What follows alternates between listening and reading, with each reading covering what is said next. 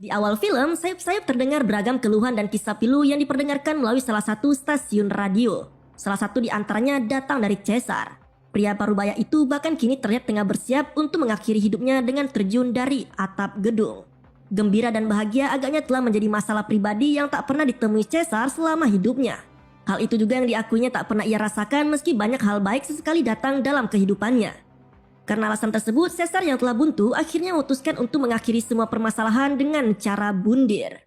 Dikisahkan jauh sebelum Caesar nekat melakukan bundir, ia terlihat baru saja bangun dari tidurnya tepat pukul 5 pagi. Dengan meninggalkan seorang wanita yang masih tertidur. Caesar lalu meraih ranselnya dari bawah kasur dan perlahan mulai beranjak pergi dari apartemen tersebut. Namun kepergiannya bukanlah untuk bekerja seperti orang-orang pada umumnya, melainkan ia justru menuju ke salah satu ruangan di basement apartemen yang nampak kumuh dan lebih mirip seperti gudang. Usut punya usut, ruangan yang berada di lantai bawah bangunan itu ternyata adalah ruangan khusus yang menjadi tempat tinggal sekaligus juga ruang kerja Caesar. Di tempat itulah ia memulai harinya dengan mandi, merapikan penampilan sebelum akhirnya ia memulai pekerjaannya di hari itu. Namun yang dituju oleh Caesar bukanlah area perkantoran atau gedung perusahaan di luar sana cuy. Akan tetapi apartemen itulah yang menjadi tempat kerja baginya. Caesar merupakan seorang resepsionis yang dipekerjakan oleh pemilik apartemen untuk berjaga di sana, termasuk memenuhi semua kebutuhan para penghuni di apartemen tersebut. Seperti biasanya, Caesar mulai merapikan area lobi dan meja resepsionis tempatnya bekerja, termasuk menyapa dengan ramah setiap orang yang ditemuinya di sana. Namun ada yang janggal dengan salah satu anak penghuni apartemen tersebut. Gadis cilik bernama Ursula itu justru meminta uang pada Caesar tepat ketika ia hendak berangkat ke sekolah. Anehnya bukan uang kecil yang dimintanya dari Caesar, melainkan Ursula justru meminta sejumlah uang yang terbilang banyak untuk anak usianya. Tak lama kemudian suasana lobi pun semakin ramai dengan lalu lalang para penghuni apartemen yang memulai aktivitasnya di hari itu. Tak terkecuali dengan Clara, sosok wanita yang sempat diperlihatkan tidur bersama Caesar di awal film tadi cuy. Dengan sangat ramah, Caesar menyapa Clara sembari memberikannya koran seperti yang rutin ia lakukan pada penghuni lainnya. Anehnya mereka yang sempat tidur bersama justru kini seakan nampak biasa-biasa saja tanpa memperlihatkan gelagat mesra layaknya pasangan pada umumnya. Bahkan Clara yang hanya menganggap Caesar sebagai pelayan dan resepsionis di apartemen itu sempat meminta pada pria tersebut untuk mengecek wastafel di apartemennya. Mendengar permintaan tersebut, Caesar yang dikenal rajin dalam bekerja jelas langsung menerimanya. Dalam pekerjaannya, Caesar tidak hanya menerima dan menjamu para penghuni apartemen saja cuy. Tetapi ia juga kerap memilah berbagai surat yang datang sesuai dengan tujuan penerima dari surat tersebut. Menariknya, di sela-sela aktivitasnya yang padat, Caesar juga rutin mengunjungi ibunya yang tengah terbaring di rumah sakit. Sekembalinya ke apartemen, Caesar langsung disambut dengan dingin oleh bosnya yang bernama Vecino. Pemilik gedung apartemen itu meradang karena lagi-lagi Caesar terlambat kembali bekerja dengan alasan yang sama. Agaknya Caesar memang kerap lalai dengan tugasnya dan seringkali pergi saat jam kerja berlangsung.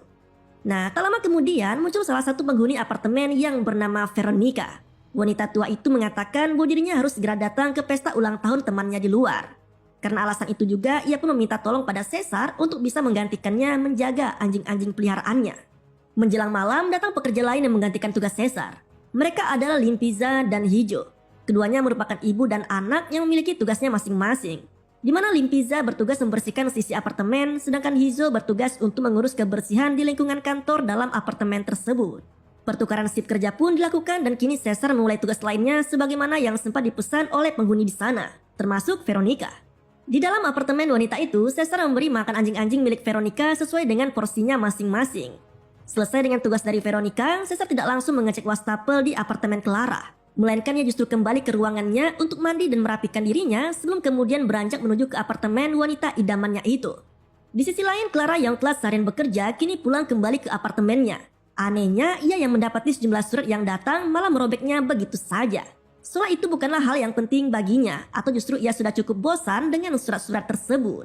Tak ingin dipusingkan dengan surat-surat tadi, Clara lalu melanjutkan rutinitas malamnya dengan membersihkan diri, berganti pakaian sembari diiringi oleh musik bersuara keras. Namun siapa sangka cuy, Clara yang tengah asik dengan dirinya malah tak menyadari jika dari tadi telah ada Caesar yang bersembunyi di bawah tempat tidurnya. Dengan berbekal sebuah cermin kecil, Caesar perlahan mulai mengecek kondisi di sekitarnya, terutama pada sosok Clara yang tengah tidur. Mendapati wanita idamannya itu telah terlelap, Caesar lalu mulai bersiap dengan aksinya. Tanpa disangka, sosok resepsionis yang ramah itu ternyata telah menyiapkan berbagai peralatan di balik tempat tidur Clara.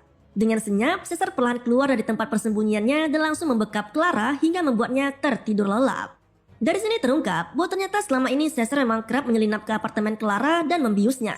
Tujuannya sudah pasti adalah agar ia bisa terus bersama dengan wanita idamannya itu meski hanya sesaat tanpa ketahuan. Tak hanya sekedar membuat Clara tertidur lelap, Caesar juga turut menyabotase sejumlah krim kecantikan yang biasa digunakan oleh wanita itu cuy. Entah apa rencana yang akan dibuatnya.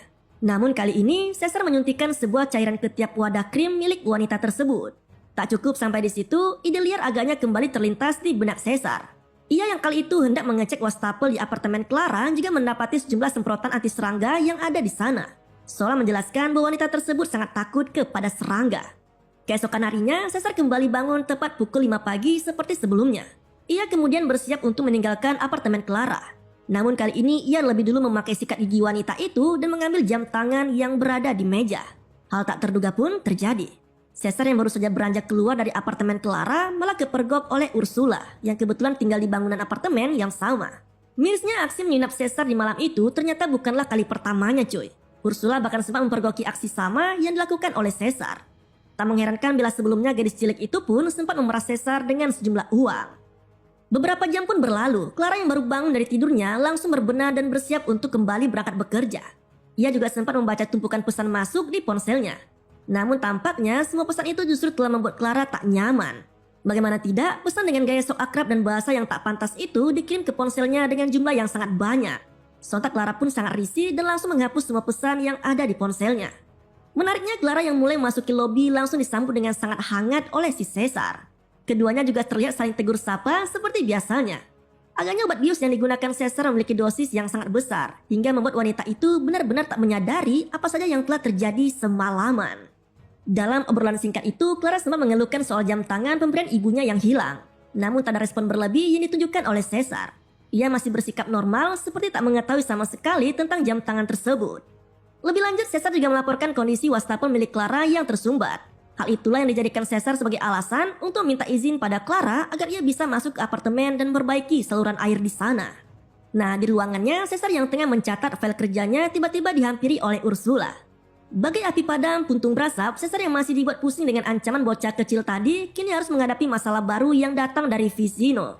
Bosnya itu lagi-lagi dibuat geram oleh keteledoran pegawainya tersebut. Karena ternyata beberapa tanaman kesayangannya harus meninggoy hanya karena Caesar yang lalai untuk menyiramnya. Meski mendapat berbagai masalah di tempat kerjanya, namun Caesar sama sekali tak mengeluh di hadapan ibunya. Ia justru kembali menceritakan tentang Clara yang begitu ia cintai. Sekembalinya di apartemen, Caesar lalu mendatangi apartemen Clara sesuai janjinya untuk memperbaiki wastafel milik Clara. Dari sinilah terungkap bahwa biang kerok dari tersumbatnya wastafel di apartemen Clara adalah Caesar itu sendiri cuy. Ia ternyata sebelumnya sempat menyumpal saluran pembuangan air menggunakan kain lap. Tak hanya itu, Caesar juga turut mengembalikan jam tangan milik wanita tersebut dengan lebih dulu menyiramnya menggunakan cairan pembersih pipa. Tujuannya adalah agar Clara mengira jika benda yang menyumbat wastafel adalah jam tangannya sendiri. Dan Caesar telah menemukannya saat memperbaiki saluran pembuangan air. Selesai dengan semua siasatnya, Caesar lalu bersiap untuk kembali menyelinap masuk ke kolong tempat tidur Clara. Di malam itu, Clara yang baru selesai membersihkan dirinya malah tak sengaja menjatuhkan tumpukan kertas yang ia bawa. Namun kali ini Caesar masih beruntung cuy, karena wanita idamannya itu tak melihat keberadaannya di bawah tempat tidur. Tak lama kemudian, Clara pun mulai terlelap dan giliran Caesar yang akan memulai aksinya.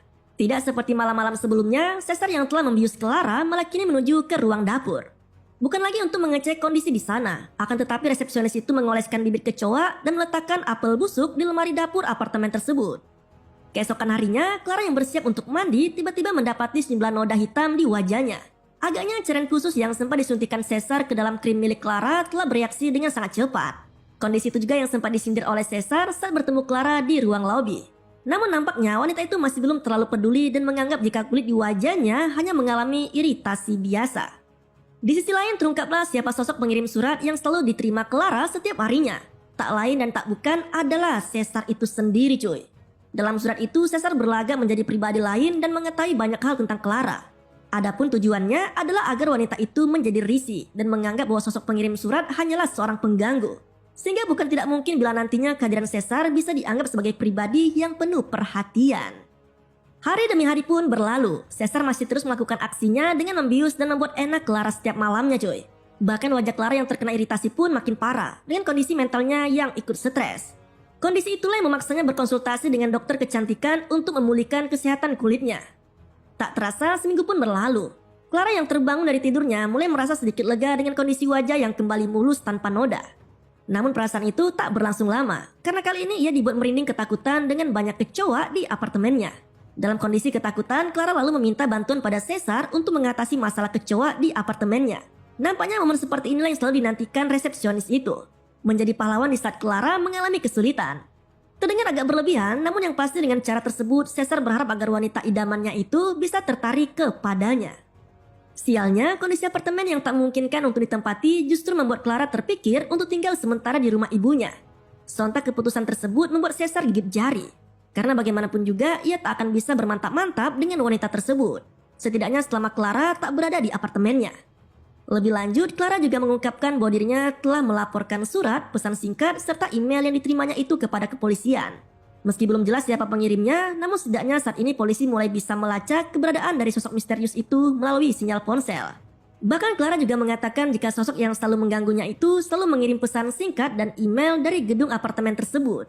Tak ingin dipusingkan oleh laporan Clara pada pihak kepolisian, Caesar lalu mulai membersihkan apartemen wanita itu sesuai janjinya.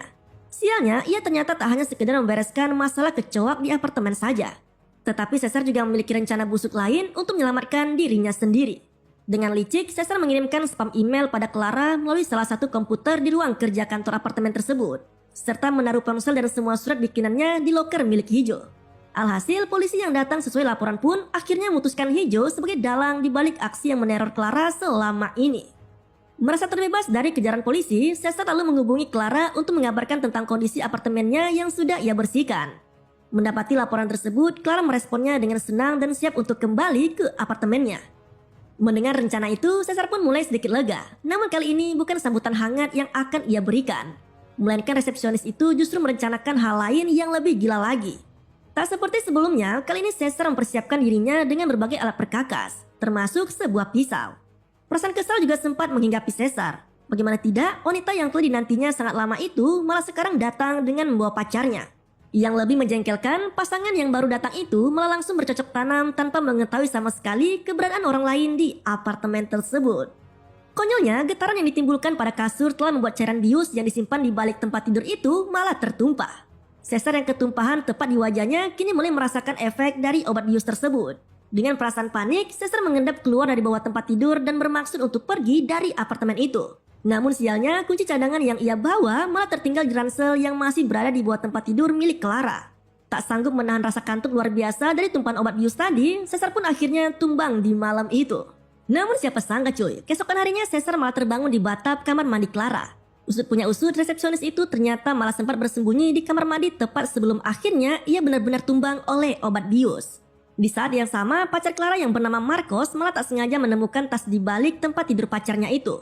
Yang mengejutkannya lagi, tas tersebut juga ternyata memuat beberapa benda tajam termasuk gergaji dan sebuah pisau. Sontak hal itu langsung mengundang tanda tanya besar dalam diri Marcos. Namun rasa penasaran tersebut dengan cepat meredup setelah Clara tiba-tiba mengeluhkan rasa pusing di kepalanya.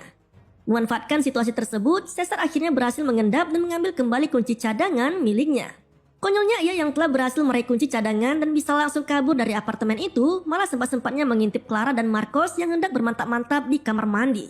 Aksi itu pun dipergoki oleh Marcos yang langsung mengejar Caesar. Seolah tak pernah kehilangan akal, Caesar yang telah terpojok malah mengatakan bahwa dirinya sama sekali tak tahu bila Clara telah kembali ke apartemennya.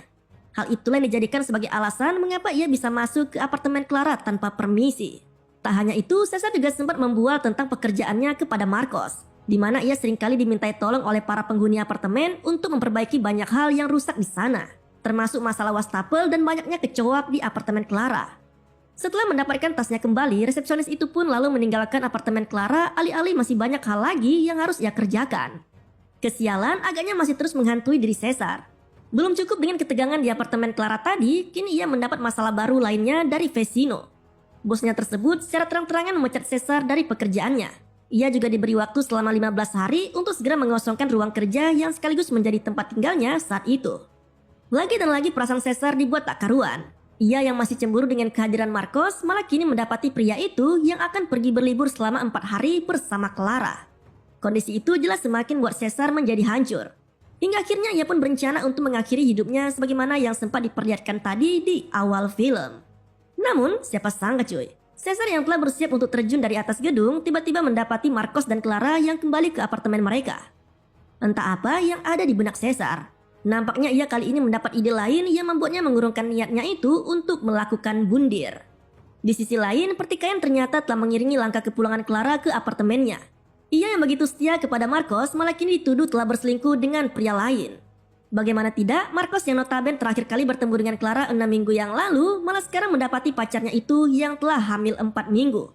Parahnya lagi, Marcos juga tak pernah lupa mengenakan pengaman setiap kali berhubungan dengan Clara. Tak mengherankan jika ia pun sempat menuduh pacarnya itu telah berselingkuh. Namun tanpa mereka sadari, pertikaian tersebut ternyata tengah didengar oleh Caesar yang sedari tadi telah bersembunyi di bawah tempat tidur. Senyuman pun tersirat dari wajah Caesar. Nampaknya ia merasa puas karena aksi yang dilakukannya tiap malam pada Clara telah berhasil. Wanita idamannya itu kini dinyatakan hamil. Seakan belum puas dengan hanya melihat pertengkaran antara Clara dan Marcos, Caesar lalu membius keduanya dan kembali bermantap-mantap dengan wanita itu.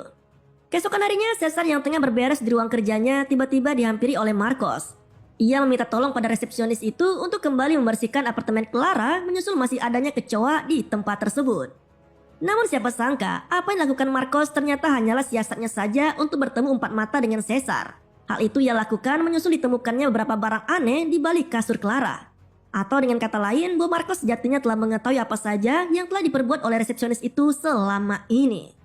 Yang menyebalkannya lagi, Caesar yang dicecari banyak pertanyaan malah mengaku jika dirinya kerap menginap ke apartemen Clara sejak 5 minggu yang lalu. Seolah menjelaskan bahwa kehamilan berusia 4 minggu pada wanita itu tak lain dan tak bukan adalah ulah Caesar. Dengan penuh amarah, Marcos berusaha menyerang Caesar dan memberinya pelajaran atas ulahnya tersebut. Namun naas bagi Marcos. Caesar yang menemukan cermin kecil miliknya lalu menggunakannya untuk melawan Marcos. Layaknya seorang psikopat, Caesar lantas menyeret tubuh Marcos yang tak berdaya itu ke batap dan membuat siasat seolah-olah pria tersebut meninggoy karena bundir. Belum cukup dengan menghabisi Marcos, kali ini Caesar mendatangi Ursula yang disinyalir mengetahui banyak aksi Caesar selama ini.